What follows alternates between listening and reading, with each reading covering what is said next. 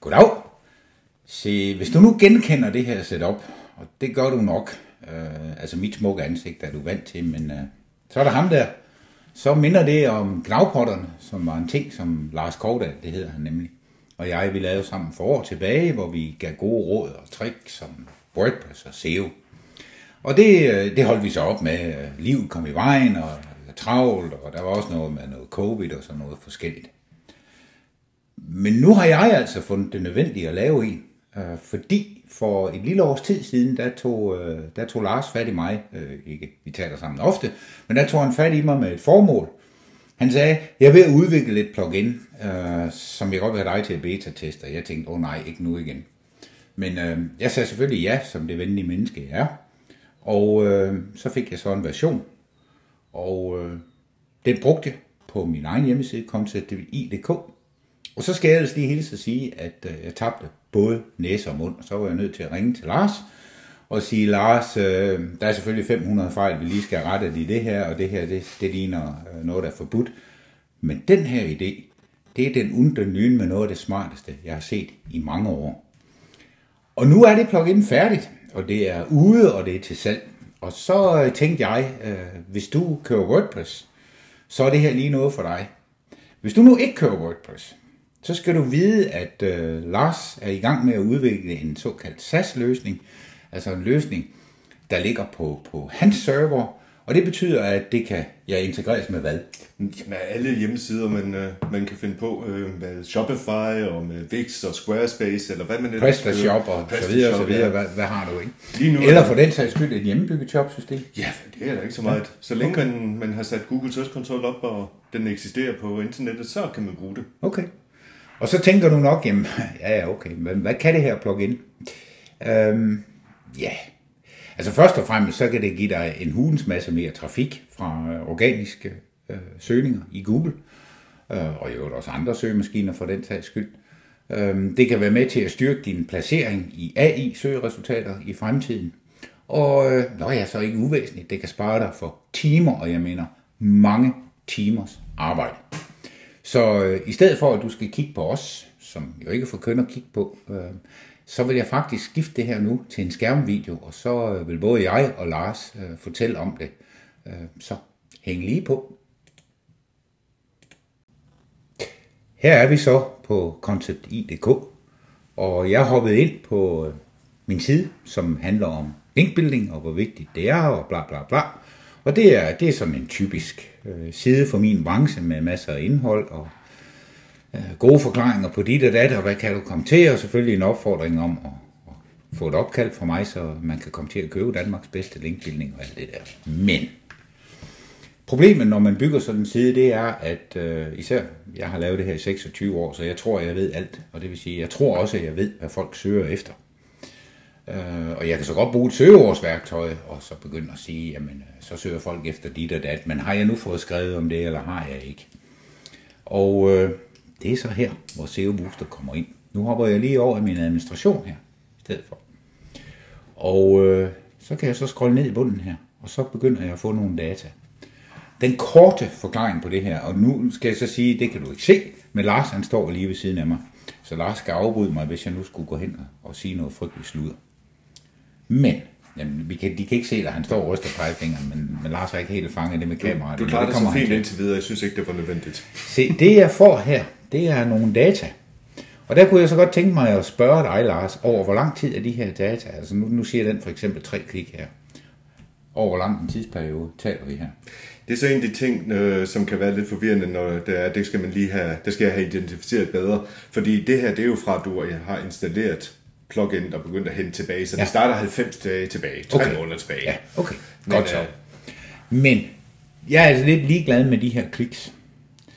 Til gengæld så kigger jeg rigtig meget på impressions. Og impressions, det betyder, at min side er blevet vist et sted ude i søgeresultaterne. Jeg kigger ikke på position herover, fordi det er data, som kommer fra Google Search Console, og de kommer som en gennemsnitlig placering. Og de har intet med virkeligheden at gøre overhovedet. Så egentlig så ignorerer jeg dem. De er selvfølgelig vigtige at have med for nogen, men jeg ignorerer dem. Det jeg kigger på, det er faktisk kun 2 ting i den her primære A3. Jeg kigger på termen herover, og så ser jeg efter, om den er brugt eller ikke brugt. Jeg skal nok vende tilbage til, hvad det betyder. Og så selvfølgelig impressions, altså er der overhovedet noget guf i det her.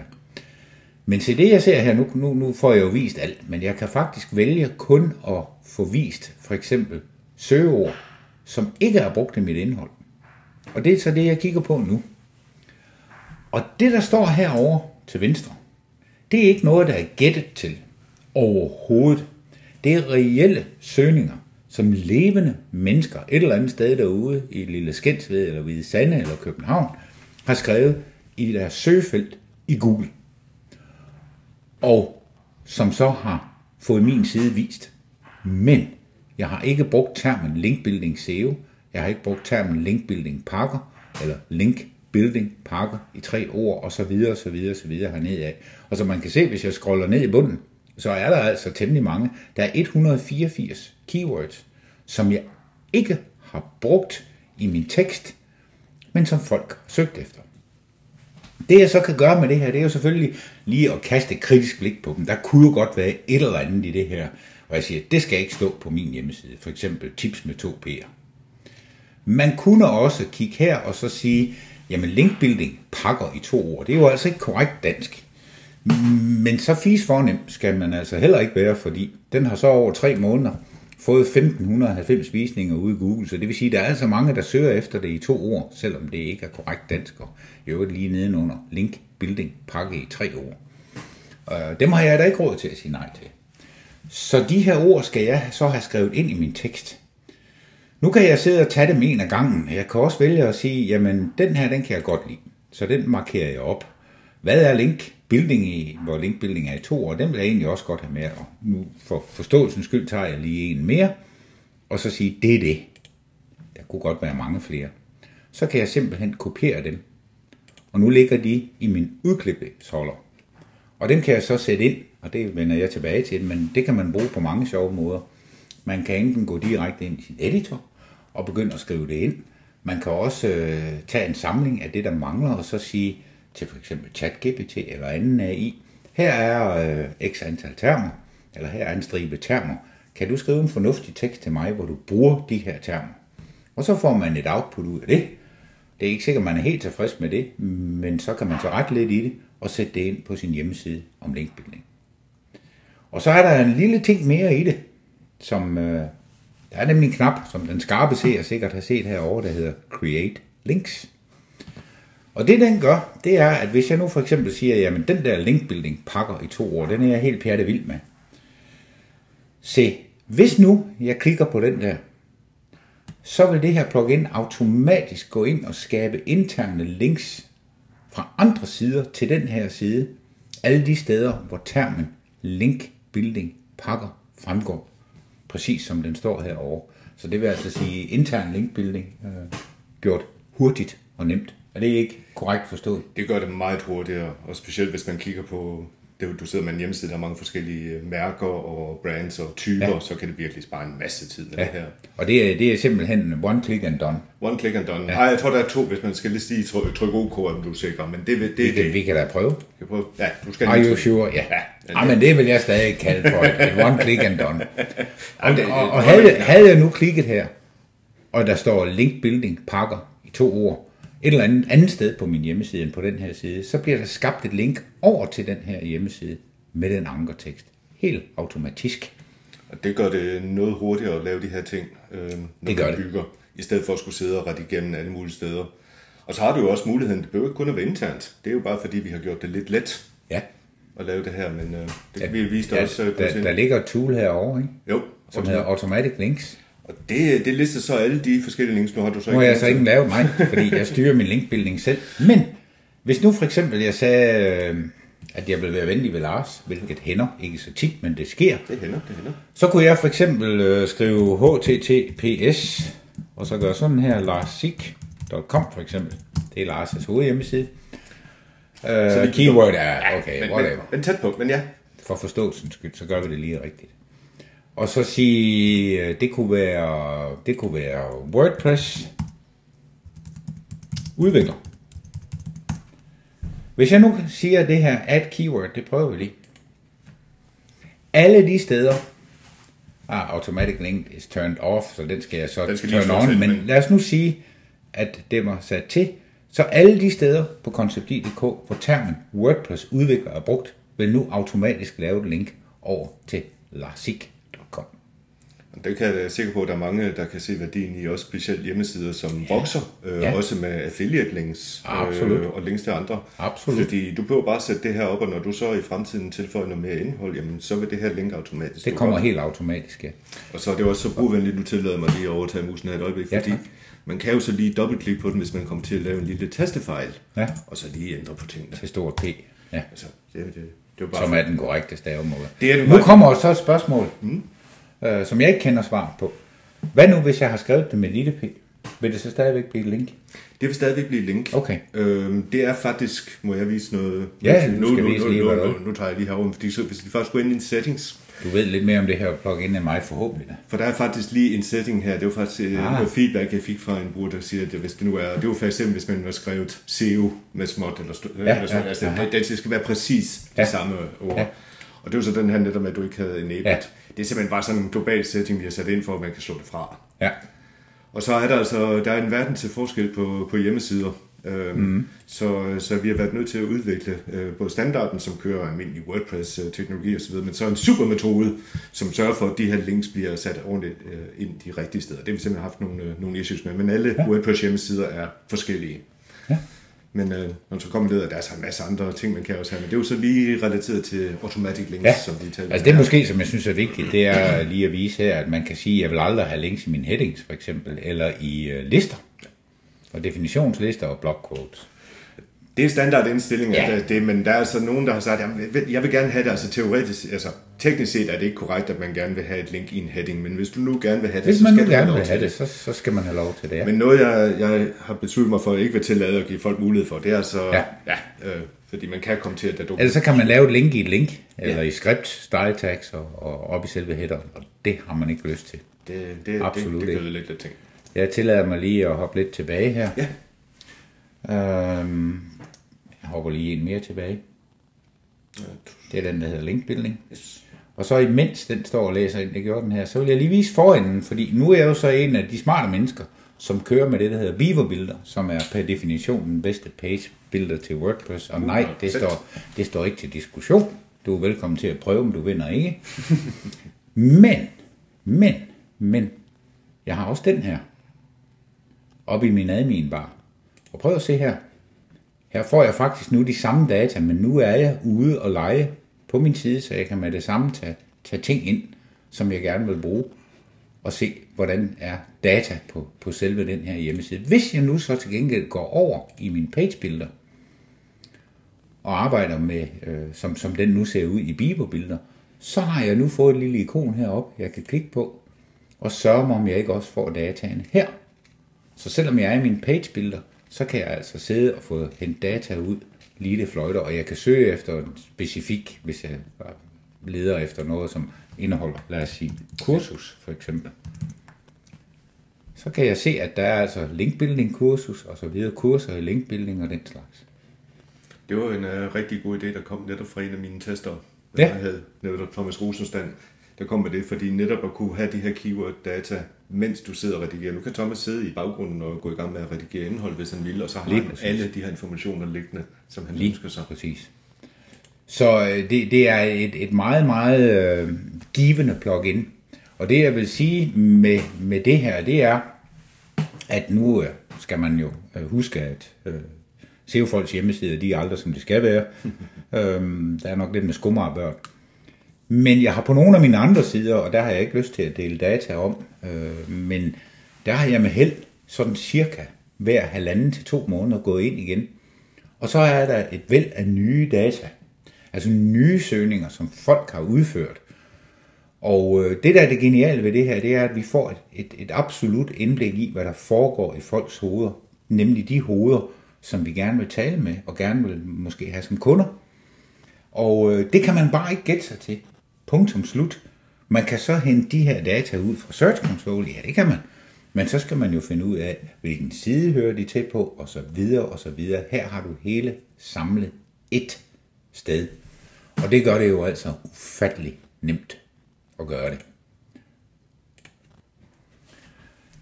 Nu er vi sådan på det, vi kan kalde forsiden for det her plugin herovre. Og der kan man sådan lige få et hurtigt overblik. Man kan også se, hvor lang tid tilbage. Nu kan jeg prøve at sige all time. Det betyder, at jeg kigger siden jeg er faktisk begyndt at beta-teste på det her. Så det er ikke sikkert, dataen er sådan 100% i skabet, men det er nu lige meget. Man kan se her, at det, der sker her, der kan vi lige se, hvad betyder det her? Den er lilla. Det er visninger. Så antallet af visninger er altså begyndt at gå dramatisk op. Så Concept.id får flere visninger i Google, end de gjorde herover for eksempel. Jeg kan se unikke keywords, og jeg kan selvfølgelig se antal klik. Det er indlysende årsager ikke så mange her, fordi sådan og sådan, men hvis jeg slår dem her fra, en af gangen tror jeg, der, så kan jeg så begynde at isolere og kigge på data. Og så skulle vi gerne lige have den der slået fra også. Sådan. Nu kan jeg så se på kliks, og så kan jeg jo så begynde at kigge på, jamen, hvad skete der den her periode lige her omkring den 28. i første, var jeg i fjernsynet eller et eller andet. Og det er sådan set forsiden, men så kommer der så herover Keyword Reports, og det er der, man kan gå hen og blive noget klog på, hvad der sker, fordi der får man en vældig fin oversigt her. Det hele er så pagineret for overskuelighedens skyld. Man kan vælge at se flere end 10 resultater, men det har jeg så valgt at gøre her. Og der kan man se, jamen, jeg har fået så mange klik på de her forskellige dernede af. Og igen, masser af impressions. Og average position vil jeg ikke forholde mig meget til. Altså for eksempel, så ligger jeg nummer 1 på hvad der er Google. Så det er, og det er ikke plugins skyld, vil jeg sige. Det er altså Search Console, der bare gør det på den. Det er data, vi får. Der er ikke så meget, der gør. Men så er der en meget interessant nye keyword, som jeg har fået ind. Altså som folk ikke har søgt på før. Canonical Web for eksempel. Det er der ikke noget, der hedder. Men det er der altså nogen, der har søgt efter. Og Google Plus Mobile. Og hør længere har Google fundet. Og der har Google altså, det er jo sådan en svensk søgning, ikke? Men der har Google, fordi der måske ikke er noget ordentligt på svensk, så valgt at vise min, og SEO-angebot og så videre. Det er alt sammen nye. Men så kommer der en af dem, som jeg rigtig godt kan lide. Og det er den her keyword terms leading to different pages. Og det er der, hvor man kan afsløre, om man kannibaliserer lidt på sig selv. Og der viser det sig jo faktisk her, at ved mig og Google, der er 2 muligheder inde på min hjemmeside, nemlig hvad er Google og Google fødselsdag. Thomas Rosenstad, jamen der er min forside, der er også siden om mig, og der er så også historien. Nu er der ikke noget galt i det her nødvendigvis, men det er altså her, hvor du meget, meget præcist kan se, jamen sidder jeg og kannibaliserer på noget af mit eget, hvad koster SEO i forhold til abonnementsprodukter og i forhold til bare SEO generelt. Det kan godt være, det er, som det skal være, men det er her, hvor du kan gå ind og se, jeg har måske 6 sider, der adresserer det samme, og så få adresseret det. Det sker altså oftere end normalt. Der er mange af de her sider. Jeg skal lige sige til Thomas, det her, det er jo altså kun fordi han ved, hvad han gør, at der ikke er flere sider, der er problemet med, for det, der er altså mange andre testsider, hvor der er... Ja, hvor du får både 8, 10, 12, 14... Ja, i høj grad. Ja. Så kan jeg også se de søgeord, som ikke får trafik mere. Og det kan der være mange gode årsager til. Men der kan også være alvorlige årsager. Altså for eksempel billig SEO. Jamen nu vil jeg jo påstå, at jeg laver billig SEO, fordi selvom jeg koster mere end mange andre, så koster jeg ikke mere end de fleste. Og det virker, så er det billigt. Men det er en anden historie. Fakta er, at jeg simpelthen får ikke trafik på det her længere. Hvis det nu er et problem for mig, jamen, så kan jeg jo allerede nu konstatere, at der er altså noget, jeg skal arbejde med. Så får du en chance til at gøre noget ved det, i stedet for om 2-3 måneder, når der er en eller anden, der siger, hey, hvorfor får vi ikke mere trafik? Og så er der søgeord med de største forbedringer, og der kan jeg jo så se, at der er altså nogle SEO-ekspert Sønderborg, det er jo lige mig. No index og no follow, søgemaskineoptimering, bureau, jamen der er jeg bare gået frem. Det er netop for at kunne vise, om det arbejde, som du udfører med det her, det gør en forskel. Ja. Det kan jo så give dig lidt en chance her for at se, det er jo noget, jeg har arbejdet på sidste måned. Præcis. Og så er der de her top performing keywords, altså hvilke keywords har jeg, som gør det allerbedst for mig. Og det kigger i høj grad på, ikke bare netop på impressions, men hvad der skaber kliks til dig. Præcis. Og det samme med declining, altså hvor det går ned ad bakke med performance, ikke SEO Odder for eksempel. Der går det ned ad bakke for mig, det går så nok. Og så får jeg nogle long-tail keyword opportunities, altså hvor hvem ejer Google for eksempel, der er nogle muligheder for at gøre noget mere ud af det. Jeg får søgninger, der er baseret på spørgsmål. Altså hvem ejer Android? Er Google amerikansk? Og så videre, så videre. Og det kan man jo nok regne ud, hvorfor folk er begyndt at spørge om det. Det kan man jo bruge noget til at sætte nogle FAQ op på. Ja, og så ligger der nogen, hvor jeg kan få en højere click-through rate, altså der er i hvert fald mulighed for det, hvor jeg måske skal gå ind og se, jamen hør nu lige her, SEO-analyse, 10.766 visninger med et klik.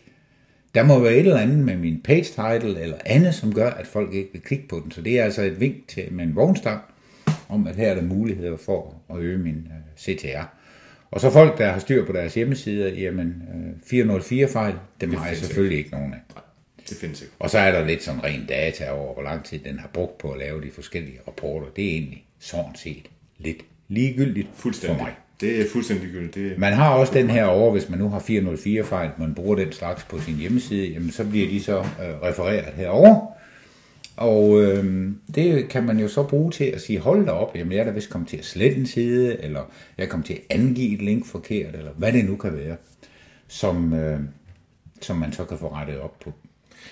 Tit og ofte er det jo ikke engang din egen skyld. Det kan jo være en anden hjemmeside, der har lavet et link til dig, eller et link, du havde, som du så glemte, fordi siden blev nedlagt. Så... Sagtens. Men jeg vil godt altså lige slå fast, at for eksempel, hvis nu, nu snakker vi om automatiske link før, hvis jeg nu siger, at jeg har slået det til, så kan jeg her klikke på Highlight Automatic Links. Den vil der så ikke være nogen af, fordi jeg ikke har lavet det her. Men så vil de simpelthen være highlightet, så jeg kan se, giver det nogen mening her? Er det en god idé, jeg har lavet, eller ej? Det synes jeg også er en ret væsentlig lille fræk detalje. Ikke? Og så kan jeg selvfølgelig vælge den her, der hedder GSC Overview, hvor jeg så hopper direkte ind på data om lige præcis det her. Ikke? Det er hele hjemmesiden. Det er hele hjemmesiden. På, før. Det var sådan en side og der kan man sige, at der er jo mange, jeg har brugt, men for eksempel rapport-SEO, den har jeg ikke brugt. Nej. Det kommer jeg så ikke til, fordi det giver ikke mening for mig. Søgemaskineoptimering pris, ja. Altså, den kunne jeg jo ret beset godt måske finde ind et sted, SEO-bureau Vejle og så videre, så videre. SEO Danmark, den giver faktisk meget god mening. Rådgivning i SEO, så videre, så videre, som jeg ikke har brugt. Og det er oven i købet, jeg har en side, der handler om rådgivning om hjemmesider, men ingen rådgivning i SEO. Det er jo mig, der er en tumpe, at jeg ikke har skrevet det ind på siden. Det skulle stå der. Så det skal selvfølgelig ind og stå der. Så det er et fantastisk værktøj, som man kan bruge her. Altså nye keywords de seneste 30 dage. Keywords, der ikke er set ude med resultater i de sidste 30 dage. Fundet indhold, ikke fundet indhold, eller high position, medium position og low position.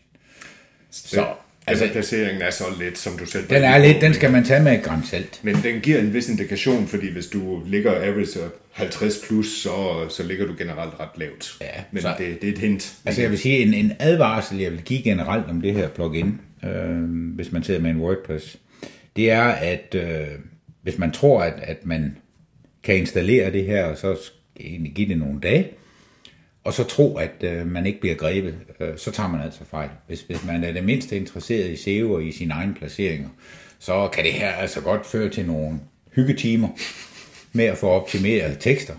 Men jeg kan så se, som jeg har nævnt, på de sider, hvor jeg bruger det her aktivt, linkbuilding-siden er så ikke en af dem endnu, der kan jeg altså se forbedringer i trafikken. Og det giver god mening, ikke? Fordi det er det, som folk har inde i hovedet, det er det, de skriver ind i søgefeltet.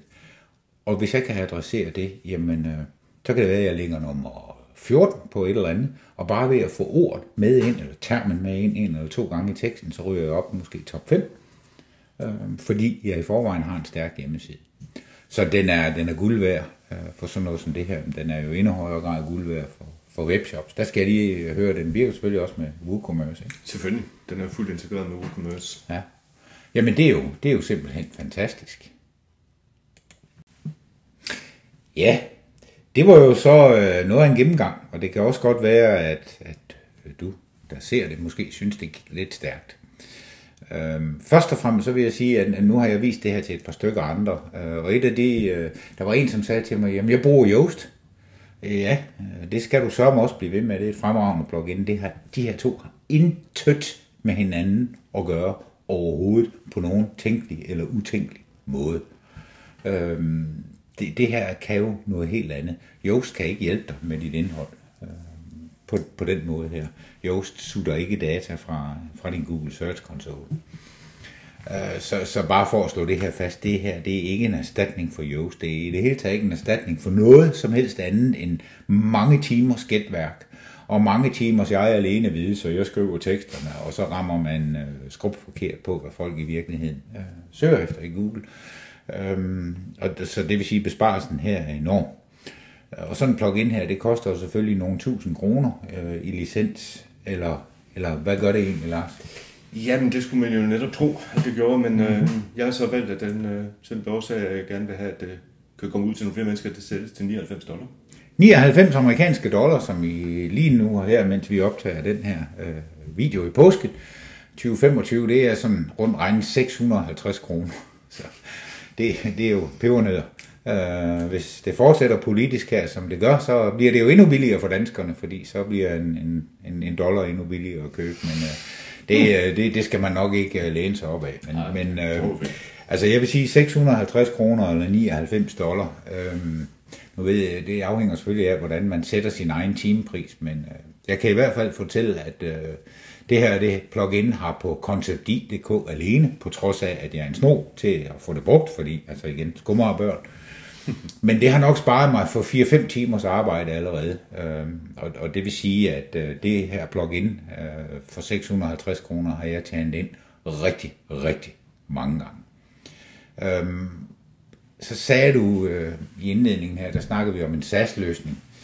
Nu er det jo nemt at sige snak og så videre, så videre, men kan du løfte sløret for, kommer den her SaaS-løsning til at kunne noget, som WordPress-løsningen ikke kan? Det gør den.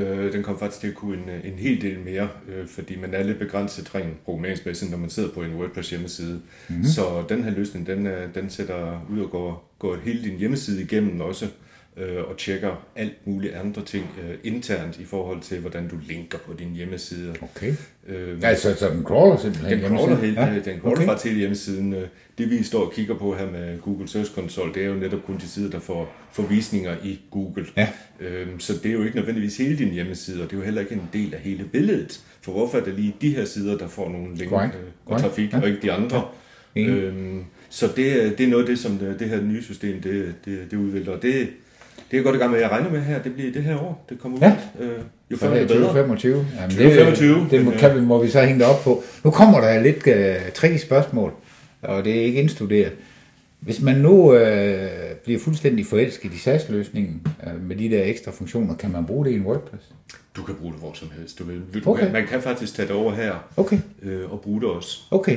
Så hvis man vil have de her ekstra funktioner på et tidspunkt senere, lad os nu sige, at man har et stort, komplekst WordPress-site, så er det en mulighed. Helt klart. Men sidder man med en Dan Domain Shop, Scannet, Prest, hvad har vi, Shopify, så kan man bruge SaaS-løsningen. Så kan man bruge SaaS-løsningen. Indtil videre så er der kun WordPress, men som Thomas jo også i starten talte, det er en god idé, der lige skulle startes først, og nu er det så udviklet en del på det i mellemtiden. Jo, så er WordPress verdens største CMS. Så godt sted at starte. Lad mig så runde den her video af med at sige, og så må jeg hellere kigge lige i kameraet, så du kan se mig i øjnene. Jeg har ingen penge fået for det her. Jeg har fået pluginen gratis, det skal jeg indrømme. Jeg skylder ikke Lars noget i den sammenhæng overhovedet. Min anbefaling af det her plugin, den er 100% fra hjertet. Den kan koste mig lidt arbejde, fordi nu kan du selv sidde og gøre det, som jeg tager mig betalt for, men det går nok, fordi jeg er også god til nogle andre ting. Det er par excellence det bedste SEO-optimeringsværktøj, jeg har set i min karriere, fordi det er inde på min hjemmeside. Jeg skal ikke sidde og køre data sammen fra 4 forskellige steder og klø mig lidt i det hår, jeg ikke har, og finde ud af, om der nu er en sammenhæng her og der. Her får du det sort på hvidt. Det kan ganske enkelt ikke understreges nok. Så har du en WordPress, og du er lidt smart, og du vil noget med SEO, jamen så har du også en SEO Booster Pro om ikke så længe. Det er i hvert fald min anbefaling. Og kører du ikke WordPress, jamen, så må du så lige gå ud og drikke en kop kaffe og vente på, at Lars har forsnøvet sig færdig med den her SaaS-løsning. Måske to kopper. Og det er altså ment fra hjertet. Det her, det kan gøre din verden nemmere, min verden nemmere, hvis du kunder hos mig. Så det er en klar anbefaling. Og tak for plug-in, Lars. Tak for video. Jamen, velbekomme. Ha' det godt så længe derude, og det var så en Gnavpotterne Revived. Måske kommer der en anden dag, det ved vi ikke. Først i 2025, der kan være, der kommer flere. Præcis.